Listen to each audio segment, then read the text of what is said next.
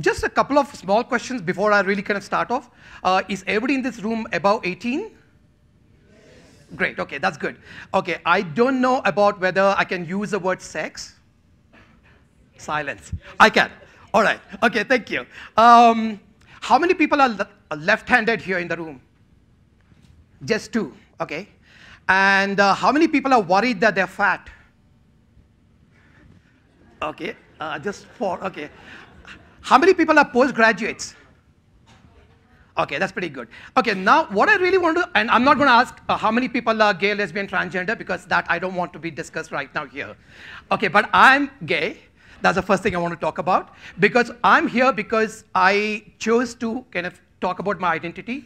The reason I chose to talk about my identity was forced by a need which a lot of people, LGBT stands for lesbian, gay, bisexual, transgender. And that's what I'm really going to talk about.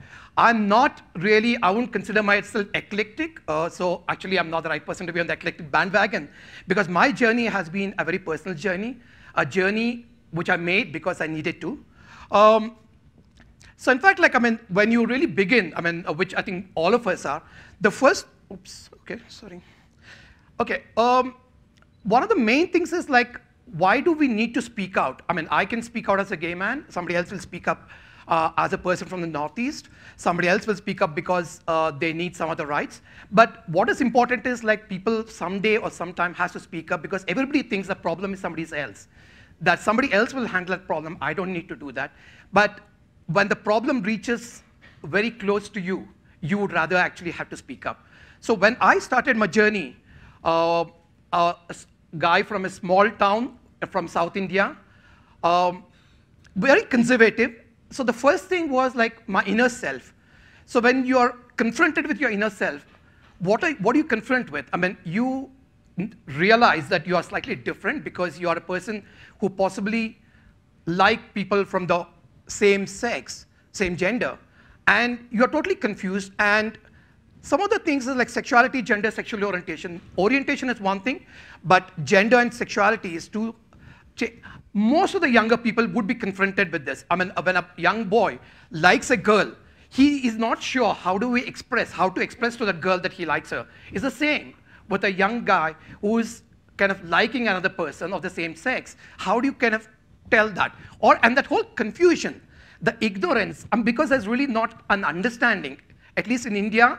When I grew up, I was born in 1962, so I'm talking about the 1970s, in a small town where I have no clue that like there could be somebody else like me who has the same feelings towards a person of the same sex. And it was completely, believe me, now when I stand here, it's a different ball game altogether, but at that point of time, I was shattered. I didn't know what to do. There was nobody whom I could turn to, and it was traumatic, and a lot of people face that all over India and elsewhere. So ignorance, fear, confusion, self-esteem, these are the problems you face when you suddenly realize that you're different. And believe me, like homosexuality is not restricted to just human beings. It exists in a lot of other species. So it's as natural as anything else. God created all these species. God created men. God created homosexuals. And that's a fact proven by science. And then you actually start, once you're kind of confronted with your inner self, you actually start confronting the outer self. How do you project yourself? How do you dress up? What do you do? Like when I was younger, basically what I did was like I did wear colorful clothes. I grew my hair long. And not because I felt like a woman. It was not that. It's the way I felt like expressing. This is the way I felt. And interestingly, my mother actually brought these clothes to me. She didn't feel this whole idea, why is he wearing this big printed shirts, you know? She just saw it at a way that like, okay, this particular boy wants to wear it. But when I wore it, what happened was like in the classroom, wherever I went, around my neighborhood, people were wondering, why are you? Are you a boy? Are you a girl? Why are you wearing your long hair? Why are you wearing something like this? And it was kind of pushing me more into the space of fear and anxiety because I didn't know why I felt like this. When I go to a shop, I didn't buy the check shirt. I like the shirt with a printed floral design. I don't know why. That's the way I felt from inside. It's not that I want to make a statement. That time, when you're younger, you're not making statements. You're just choosing to be who you are. And when you present yourself, and that's when actually what happens is like the whole idea of shame, the whole idea of a guilt comes in. You wonder, why am I like this? I mean, I don't know anybody else who feels like this. And that is a point where the shame and the guilt, because there's no knowledge, and that can actually, in many ways, ruin your, when you're studying, it can actually even affect your academic performances. It can affect the way you interact with people. And that is something which is worrying for a lot of us, because youngsters at that point of time need all the energy, power, and the confidence to actually come out and be kind of study well and go further. And when you're in that space where you have the shame and guilt, you don't know what to do. And I was there in a small town, not knowing any of this. And then actually I studied engineering in Suratkal. And there was absolutely no discussion. This was in the 1980s. No discussion about sexuality, no discussion about anything. People did have sex. I mean, it's natural. Men have sex with women, men have sex with men. And it's natural, people did, I did. But the point is, like, I mean, nobody spoke about it. It's completely hushed. It was just not spoken. Now, what happens when you start interacting with friends? I was in a hostel, okay, and you're alone there. You come out of your family's comfort space. There's nobody there but yourself to kind of figure out who you are. How do you interact? Suppose you like a person. Okay, I mean, if you like a girl, you have various ways of telling the girl what you like. Okay, you have your greeting cards, you have a rose, you have your Valentine's Day, everything is there. But when a boy likes another boy or a girl likes another girl, how does he or she express it? What does he do? I mean, what kind of methods? Because absolutely, and I'm talking about, like, I'm talking really about before internet came in, before we know, I mean, nowadays, I think everybody's kind of more exposed on the internet. What do you want to, I mean, they know more. At that point of time, I was confused, I was frightened, I thought I was the only person like this. And so it was always like you withdraw into your shell, you kind of close in, you kind of stop even engaging in all the extracurricular activities.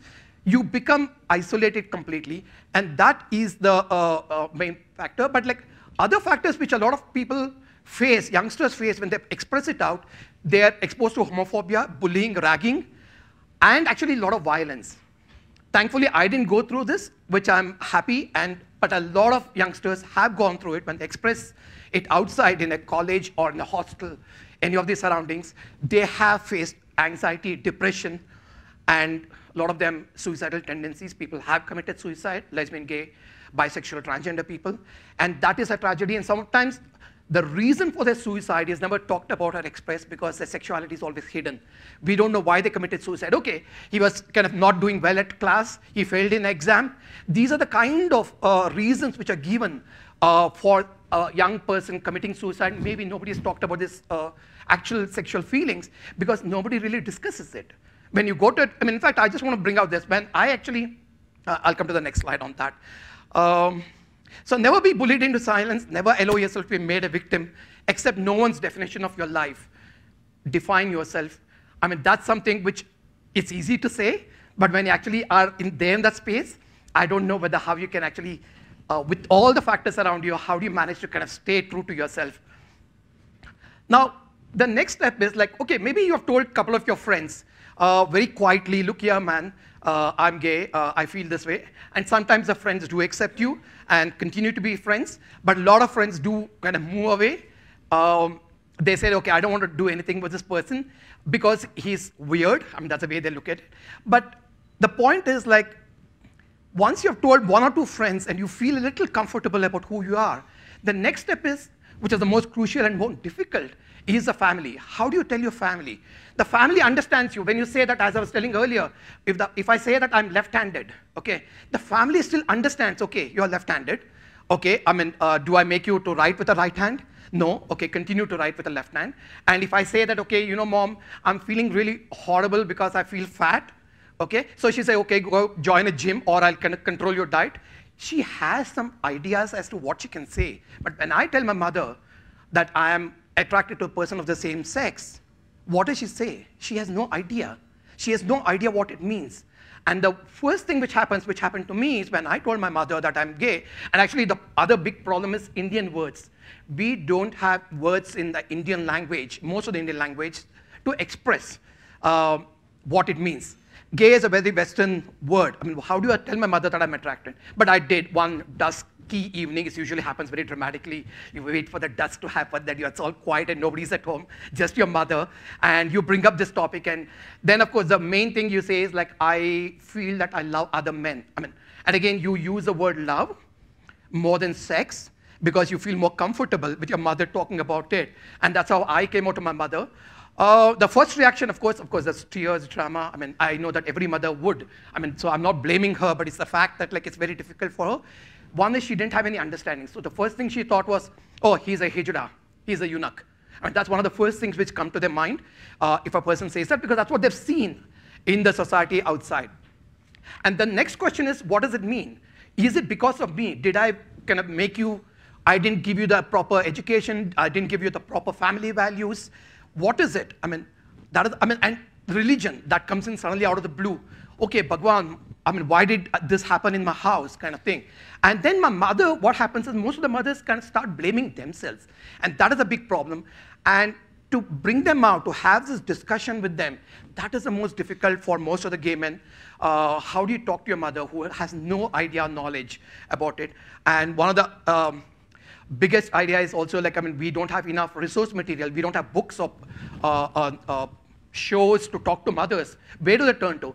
What I always say is like, when I come out of the closet, I push my mother into the closet, because I've told her a secret, which I've been hiding for a long time within me, and my mother can't tell anybody. She can't even tell my father.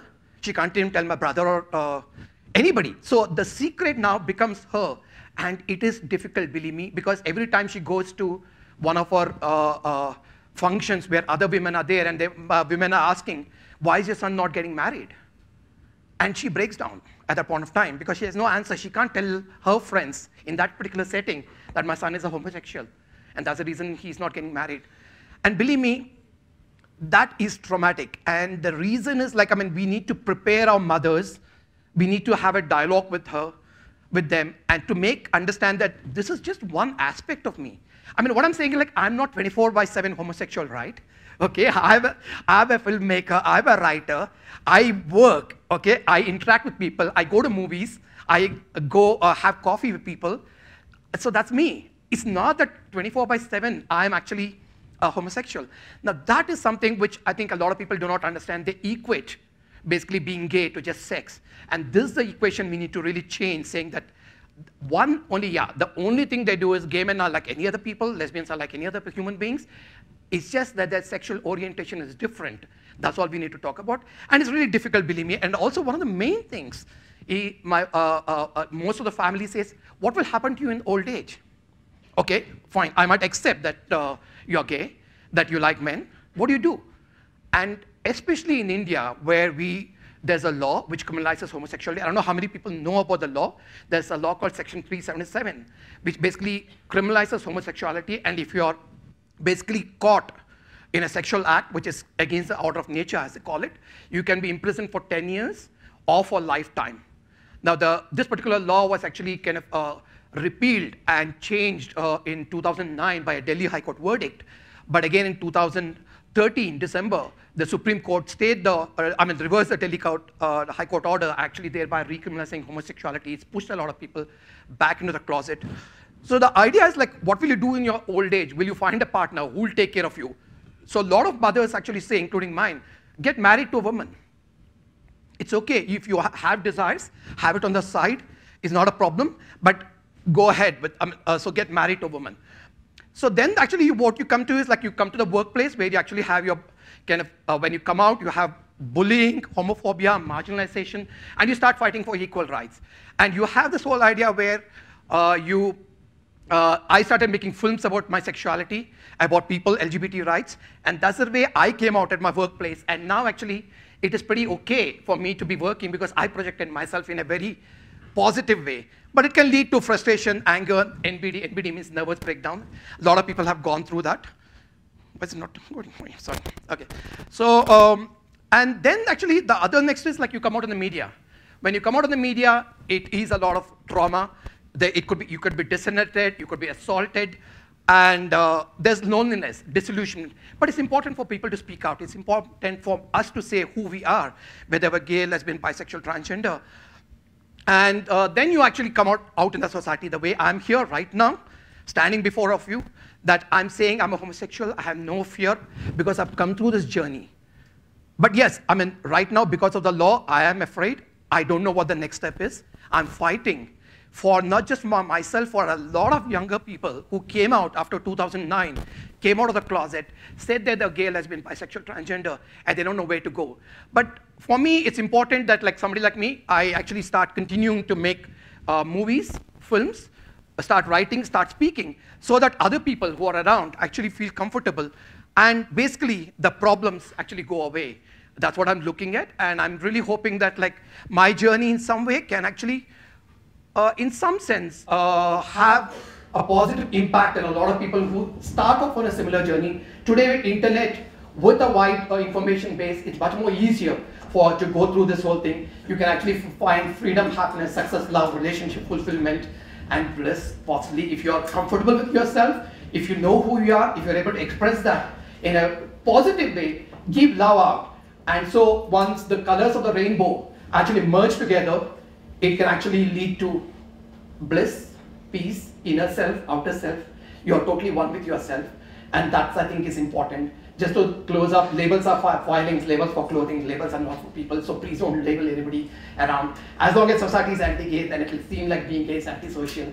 And just one question, am I a nice guy? Yes. Okay, would you have coffee with me? Yes. Okay, so like me, a lot of people, gay, lesbian, transgender people are there who are very, very nice people, believe me. So just, if you don't discriminate, if you're not afraid of them, you can have coffee with them, you actually can have a very loving relationship, a good friendship with people. Thank you so much.